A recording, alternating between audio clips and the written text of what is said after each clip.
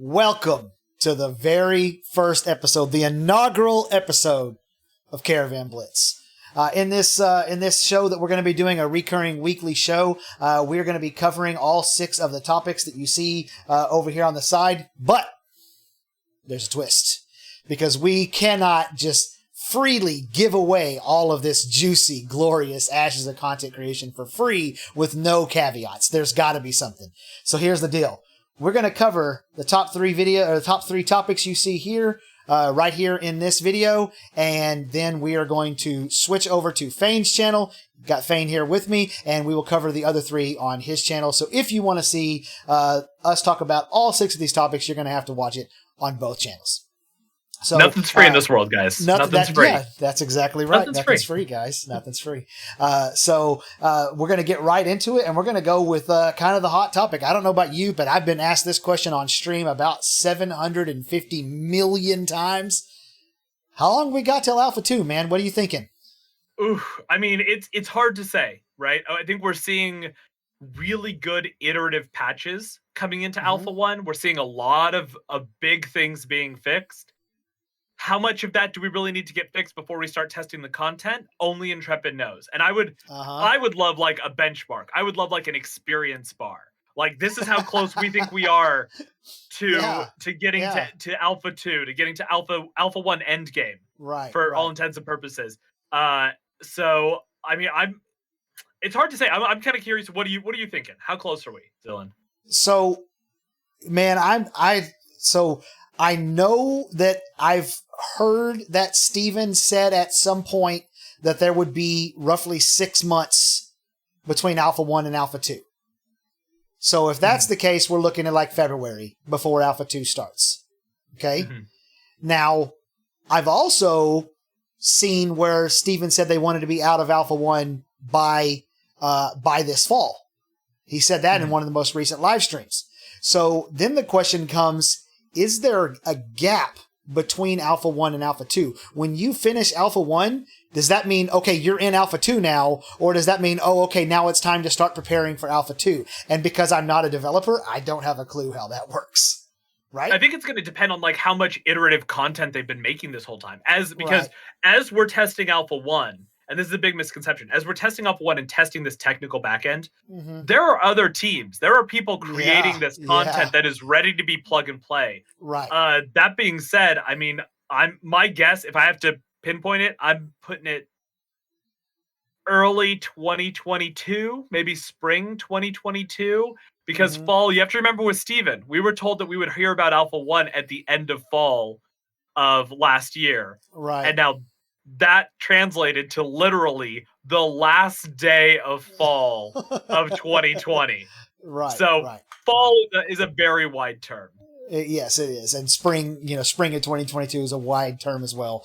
So I'm very, I don't want to say confused. That's not the right word, but I definitely am curious what exactly happens in the transition from Alpha 1 into Alpha 2. Is that instantaneous? Is there a gap?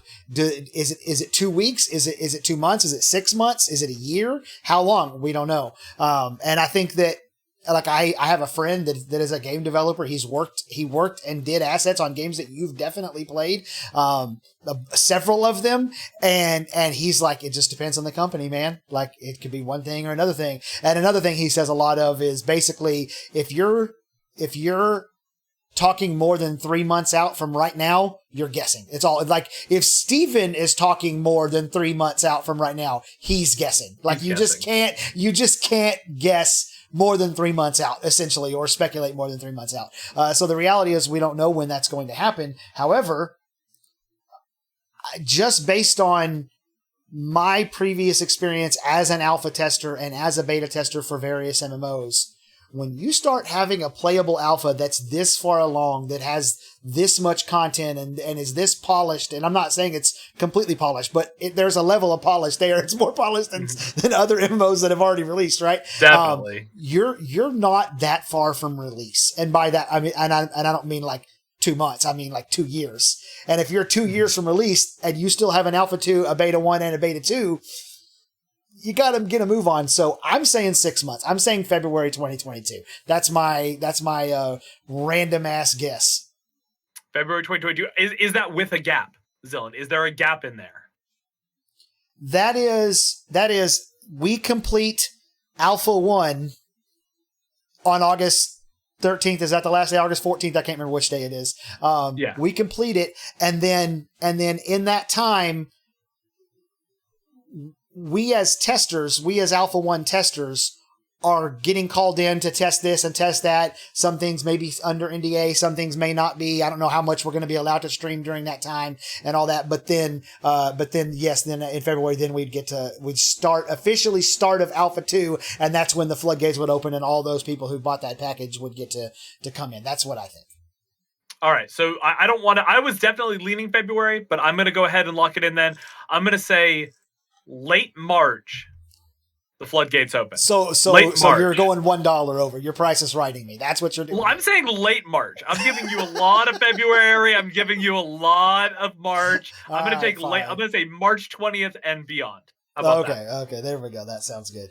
All right. So let's go ahead and move on to the second topic that we have here. That is going to be weapon choices. Now, this one, I'm gonna hit you with something because this was brought up as a comment on one of my older videos, and I will tell you guys one of the coolest things about doing the content creation thing is I have videos that I released, like my 5th video, my 6th video, that got 100 views or 180 views or whatever. But now that I have more subscribers and more attention on my channel, people are going back and watching the backlog, and I'm getting comments on videos from forever ago, right?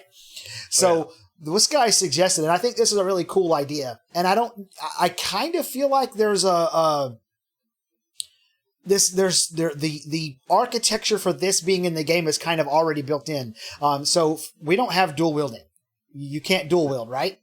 No. The only dual wielding right now is sword and shield, or one-handed and shield is more accurate. And so what they were suggesting was, what if they made it where, yes, every class can use any weapon type. So as a mage, you can use a sword, or as a fighter, you can use a staff if you want. But what if they made it where, based on your secondary archetype, you can unlock specific combinations? Like, for example, a spell sword. So a fighter mage can use a sword in one hand and a book in the other.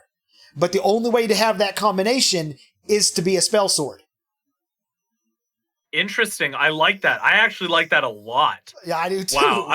I was really prepared to hate this idea, and then you hit me with it. I'm like, okay, I'm ready to go. Yeah, I am in for that. So a rogue fighter would be able to have like a regular short sword and then a little dagger in the secondary one. Yes, and yes. Yeah. Okay. So you don't have everybody running around dual wield. You know, you have to have specific classes that even have dual wield as an option.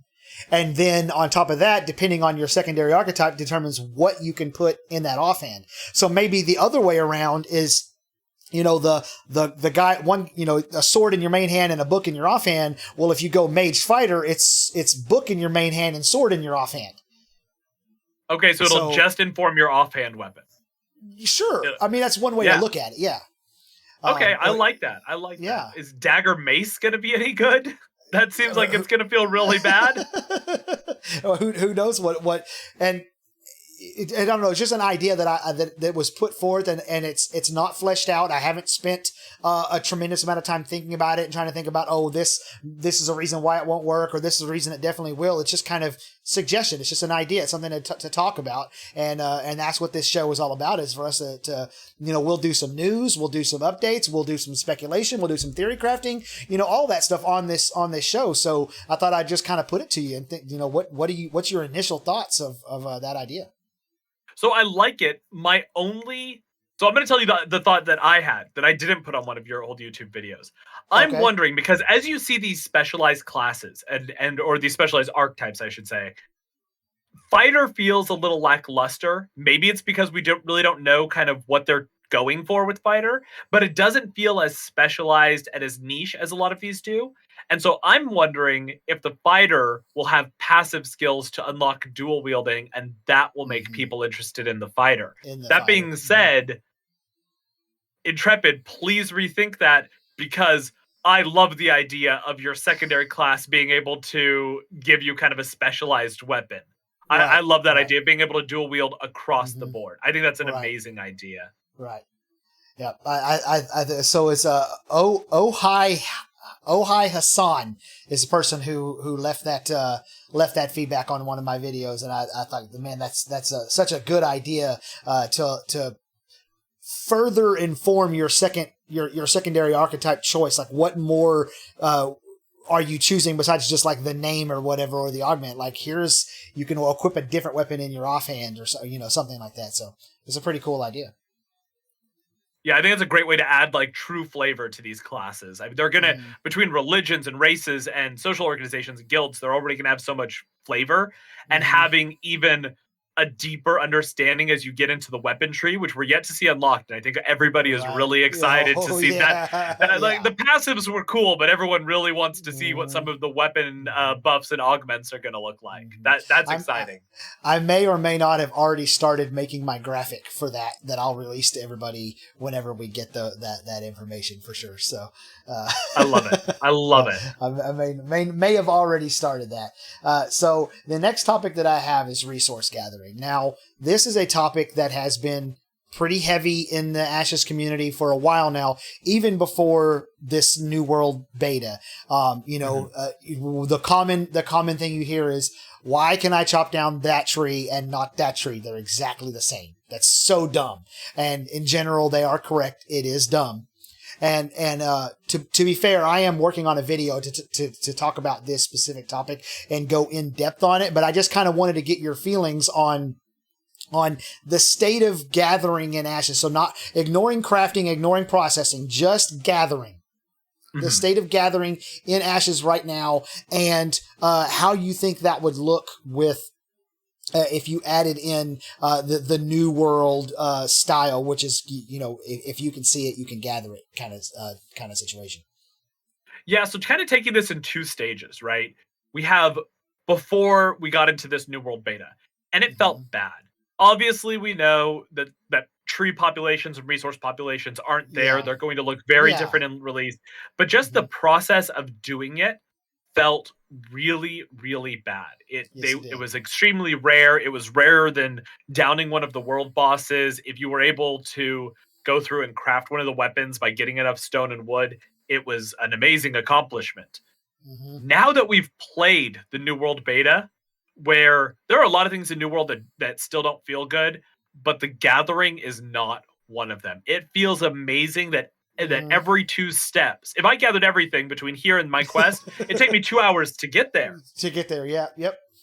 My only fear, and this would be something that Ashes has to work on, has to scale appropriately, would be the overinflation. When you can just gather anything, it doesn't force you to really travel outside of your node, because most everything is going to be pretty close together with you. And I want people to be forced to travel really far to get that type of wood or that type of stone or that type of ore. That being said, I think Intrepid should definitely take some, a little bit of inspiration from New World, because I think Amazon has knocked it out of the park with their gathering. With their gathering, right. Yeah. No, I'm right there with you. I agree completely.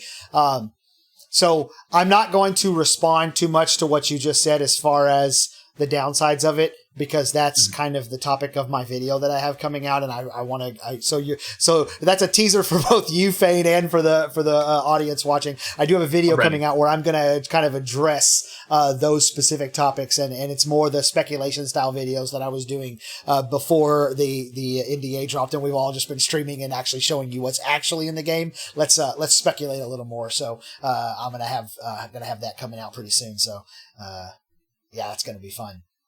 I'm excited. I'm gonna like that video. Yeah. Well, yeah. Press the like button, and then I also want you to actually like it.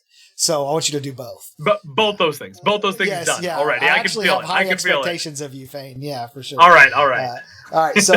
So that's it for this one, guys. You guys are going to have to head over to Fayne's channel. The link will be in the description below. Head over to Fayne's channel. You can see the rest of this episode, and these episodes are going to be coming out every Monday morning with 6 brand new topics for you guys. Subscribe to the channel, and I'll see you guys in the next one. Bye, y'all.